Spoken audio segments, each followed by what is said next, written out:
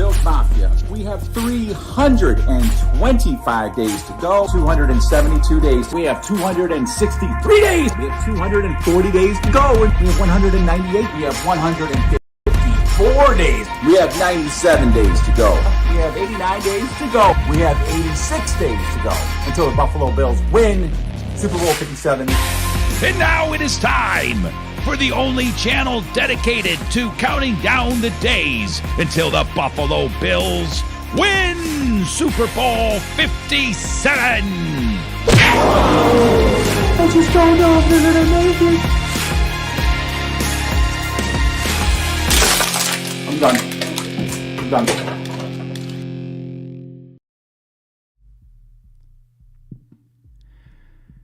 Oh, yeah, what is up, Bills Mafia? We have 45 days to go till the Buffalo Bills win Super Bowl 57. And this channel is going to document every single day leading up to that amazing moment with a video. So I'm jumping on here a little bit later than usual. Oh, my gosh, it's almost 11 o'clock. Everybody's probably sleeping. Unless you're on the West Coast, then you're probably watching the Dallas game.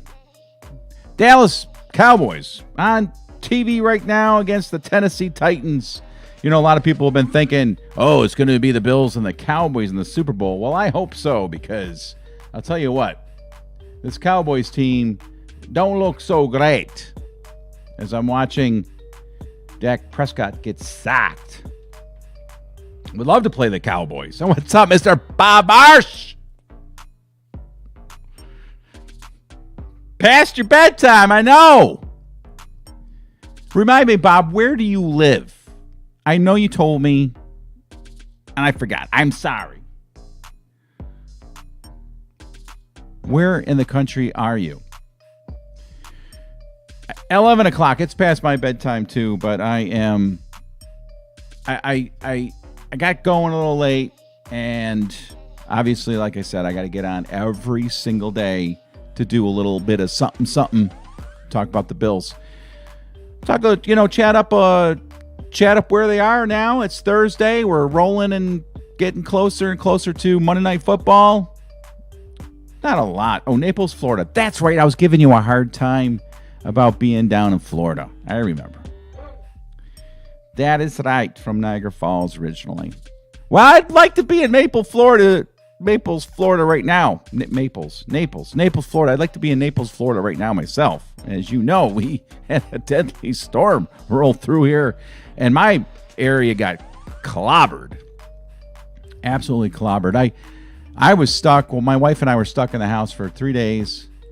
Our plow guy finally got his truck over here and plowed us out yesterday. I didn't mind. My wife had cabin fever. She was going crazy. She was just crawling up the walls.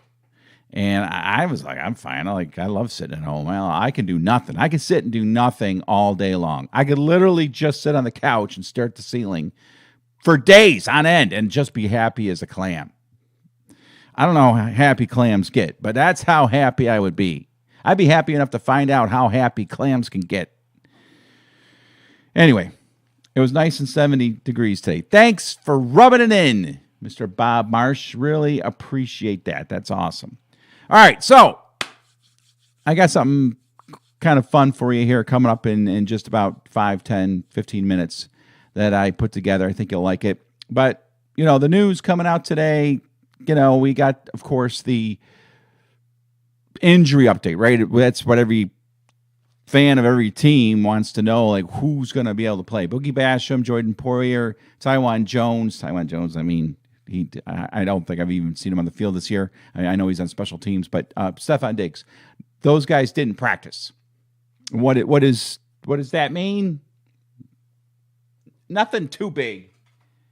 I think that Boogie Basham may have the most significant injury that he's got to get over, and that's his calf. Of course, Jordan Poyer on there with his knee, but I haven't really heard much about that. I mean, I guess that could be significant too. Stephon Diggs got sick. There's been sickness going around, and he probably had what I had a week and a half ago, when I was doing videos from my bed with 105 fever. Hopefully, I had it for a week, so hopefully he'll be okay. I'm sure he will. But, yeah, I mean, the team is pretty healthy. The team has gotten a lot of other players back.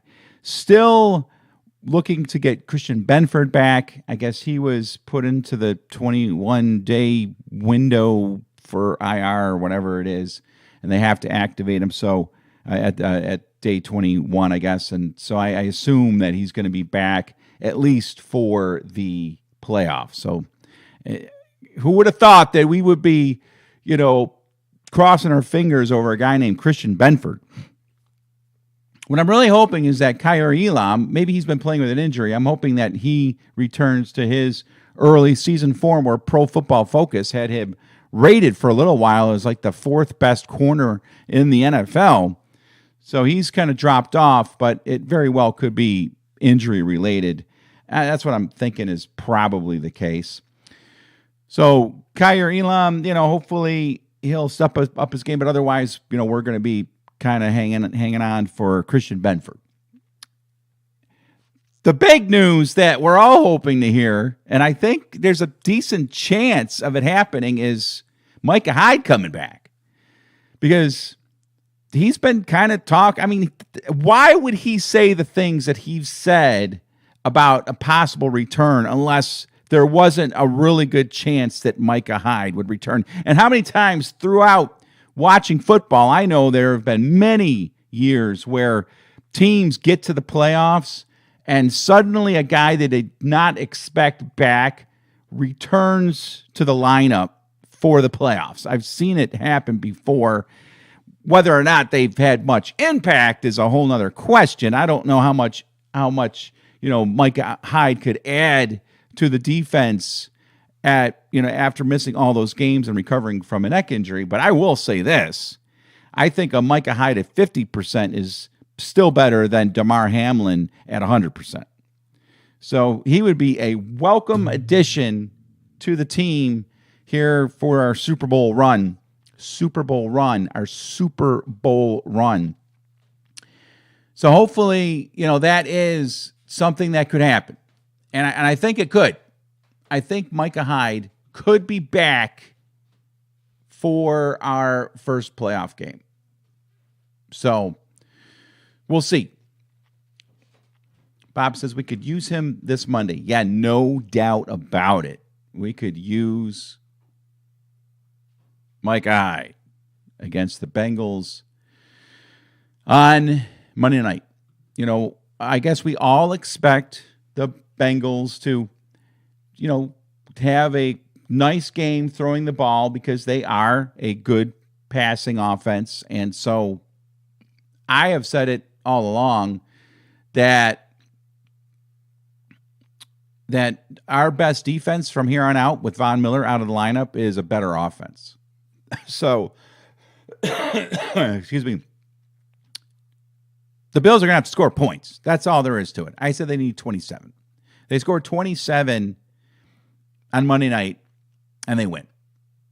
But, yeah, if somehow, some way Micah Hyde could come back, that would be right there. Bills Rock 89 said it. That would be huge. Huge. Huge. Two huges. Remember I said that. Huge. Because I got something coming up here that has something to do with huge. So I don't know about you guys, man, but I am really starting to get fired up. I mean, I'm a little strange in the head when it comes to my Buffalo Bills. My wife really gets annoyed with me because it's just like I put so much time, effort, and energy into it. But I'll be driving. I mean, I'm telling you, I'm like driving to work this morning, and I'm listening to the radio, and I hear them talking about the Bills and the Bengals and Monday Night Football and what's on the line in that game. And I just picture the Bills beating the Bengals. I picture the Bills beating the Bengals, and literally in my car, I go, yeah! Ah! It's like, let's go! Let's go, Buffalo! And this is on Thursday night. Can you imagine what it's going to be like as we're approaching game time kickoff. We're all gonna be going crazy. I mean, my wife was crawling the walls. How do you say it? She was crawling up the walls while we were socked into our house. That's how I'm gonna be like on Monday. It's like, just come on, let's go. So, and that's it. If we beat the Bengals, we got the number 1 seed. Because we're not losing the next week at home to New England. There's no way. I don't care if New England has to win to make the playoffs. They are not beating the Bills if the number 1 seed is on the line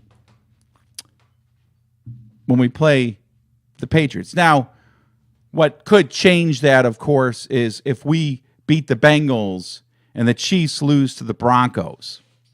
Then we just cakewalk.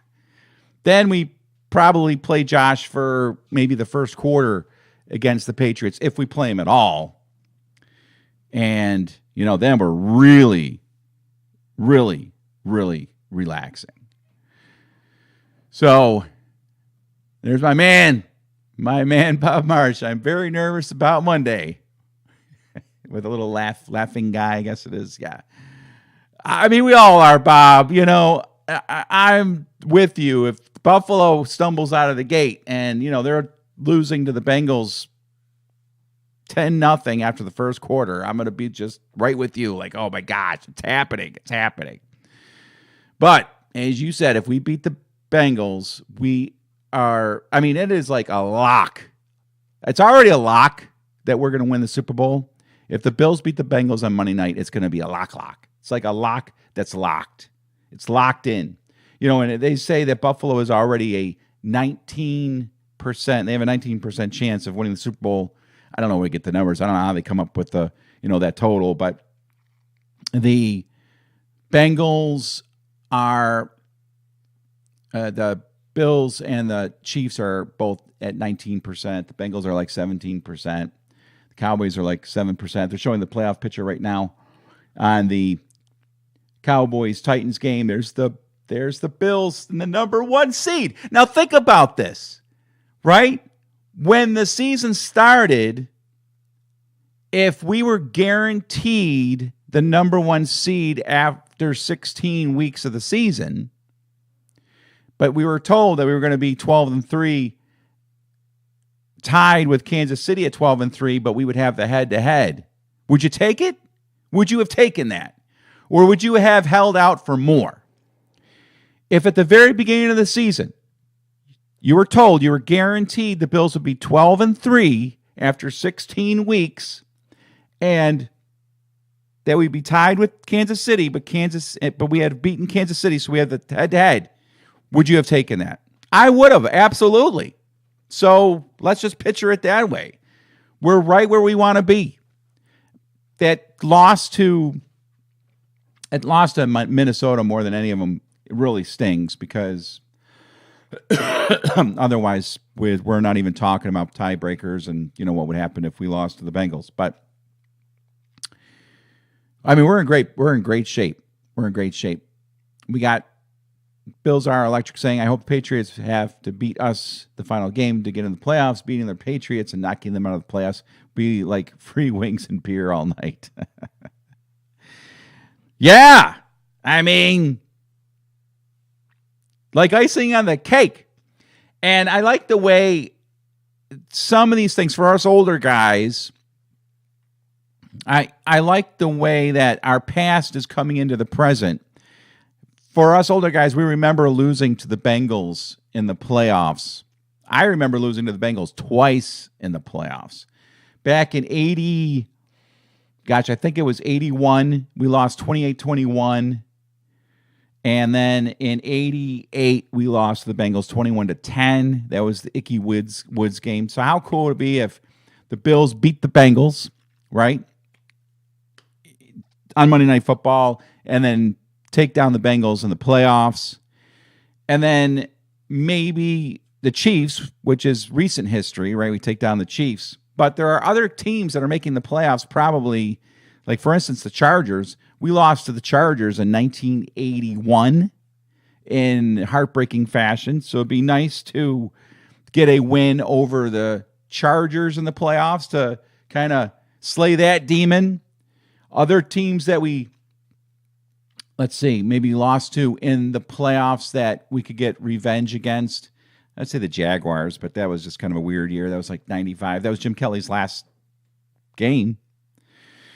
So, yeah, I mean, a lot of these games coming up, I mean, obviously there's just so many teams, so there's history with all of them. But beyond that, I mean, the Dolphins, if we played the Dolphins in the playoffs, but we dominated the Dolphins in the playoffs, so that was no big deal. We did lose to them once. The Titans, maybe beating the Titans in the playoffs to slay the demons from the Music City Miracle. Whatever the case. I mean, that's just kind of like a little side discussion there. In the Super Bowl, of course, right? If we play the Giants in the Super Bowl and beat the Giants, that would be iconic. The Cowboys, that's huge. That would be a really big memory that, you know, a memory of the memory of disappointment that we could finally squash once and for all. The Miami Dolphins and the Eagles, that would for us wrap up all the teams in the NFC East that we played in the Super Bowl. Anyway, in terms of the game itself, right? It's going to be the simple key. The keys to this game are simple. We can't turn the ball over. Josh can't turn the ball over. And more than anything, we have to capitalize when we get into the red zone. Even a field goal. And on defense, our pass rush has got to get to Joe Burrow. And our DBs, you know, Trey White's looking good. And hopefully whoever's at the other corner, Kyer Elam or Dane Jackson, can hold up against these receivers. I mean, these are really, really good receivers. So we probably have to be opportunistic on defense to make plays. Anyway, I got something special here queued up for you. I'm not going to take too much of your time. It is 11:10, and Bob Marsh has to get to sleep. Excuse me. But I was watching the press conference today with Sean McDermott, and I always just love those because the reporters are just so, you know, they really put a lot of time and effort into thinking about things they'd like to ask Sean McDermott about the Bills, where it just absolutely enlightens all of us. So maybe you've seen it. I've been able to answer questions for Sean McDermott in the past, and I was able to answer questions for Sean McDermott today. So, with that said, here is the press conference, my answers to the reporters' questions. Enjoy it, and I'll be right back. Individual game, but do you sense the magnitude of this one being, you know, it is a huge game for the number one seed potentially? I mean, do you sense that it is maybe a little bit bigger than your ordinary regular season game? A huge game? The Bengals game coming up. That game you're talking about? The one that's basically for the number one seed? A chance to get a bye week and 2 home playoff games? That game, that's the game you're talking about? Some would say maybe it's a huge game. Others would say it's a huge, really, really big game. As for me, no bigger than, say, a quick game of Yahtzee with the in-laws on New Year's Eve after a couple glasses of wine. Next question. Sean, you got a lot of production out of the run game in Chicago. Has that become a confidence thing, too, with the offense, both with players and then maybe even in Ken in terms of calling it and everybody being maybe a little more on board as you have more and more success with it? Does confidence help with our running game? Nah, not really. Insecurity is what we're really looking for. You know, the more insecure we are, I think the better we play overall. Next question. Sean, just from a human perspective, how much of a relief is it that Mitch was able to get back so quickly from a concussion? Is it a relief that our Pro Bowl center has cleared concussion protocol and that he's back in the lineup? Next question. Is there a degree of interest, fun, from the coaching point of view of being able to dig into a team that's really good like this that you haven't really seen before? Is it fun to play against a team we haven't played before? I'd say it's kind of like when you're at a card game and you only like Texas Hold'em. And then someone at the party says, hey, let's play spades or pinochle. Or some stupid game you've never played before. It's like, I just want to play Texas Hold'em. That's the game I know. So the Bengals are like playing pinochle. I don't want to play pinochle. It's not any fun. Next question. How critical is, they've got 3 receivers, legit, all over 700 yards, I think. How critical is it going to be for your secondary to hold up this week? How important is it that our secondary holds up against their top 3 receivers? It's not really that important at all. I mean, I love watching Jamar Chase, T. Higgins, and Tyler Boyd making huge catches in games. And now I get to see it up close. It's honestly really thrilling. And I'm hoping that our receivers will watch them and learn something as they watch the Bengal receivers light our asses up. Next question. When it comes to Josh, I mean, I think we've covered this on when big games come up like this. How he's made the transition to being comfortable, maybe not comfortable, but confident in big type on a big stage, and what that means to the team to have your quarterback confident playing in a big type game atmosphere. I wouldn't say Josh is confident. I'd say he's more cocky, like arrogant. Like, honestly, that's tough to be around. Have you ever been around a really arrogant, cocky person? They're just so toxic. And Josh is basically a narcissist. So I would prefer it if he weren't confident, but rather humble and timid in these big games. That would be great. Next question. Given the kind of offense the Bengals have, could get into a shootout, how important, especially is it in this kind of a game, for Josh and Steph to be on the same page early? Oh, no. I hope that Steph and Josh are really lost for at least a quarter or two. Like, I hope Josh is like he's reading Dr. Seuss's Green Eggs and Ham, and Steph is like reading Catcher in the Rye. That's what I'm really hoping for. I hope they are so out of sync, it will make the Bengals think, hey, these guys are up to something. These guys are really, really up to something. Thank you so much for all your questions.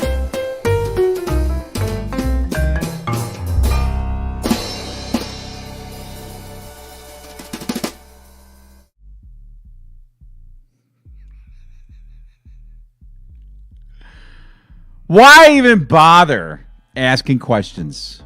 Why? What is the point? I guess they're just getting their paychecks, right? Holy smokes. All of us could think of probably at least a dozen questions that would be much more interesting to find out what the answers are than those. Oh, well. So be it. So be it. Anyway, I just came across that and I had to throw that out there. What's up, Advanced Hood Cleaning Solutions? Welcome back. I've seen you on here before. Hope you enjoyed it. All right. Yeah. So my question is, of the 3 receivers, T. Higgins, Jamar Chase, and Tyler Boyd, which one would Sean McDermott leave Trey White to go, man on man with? Or is it going to be a situation where they're just going to have to try to play more zone? Are they going to mix it up?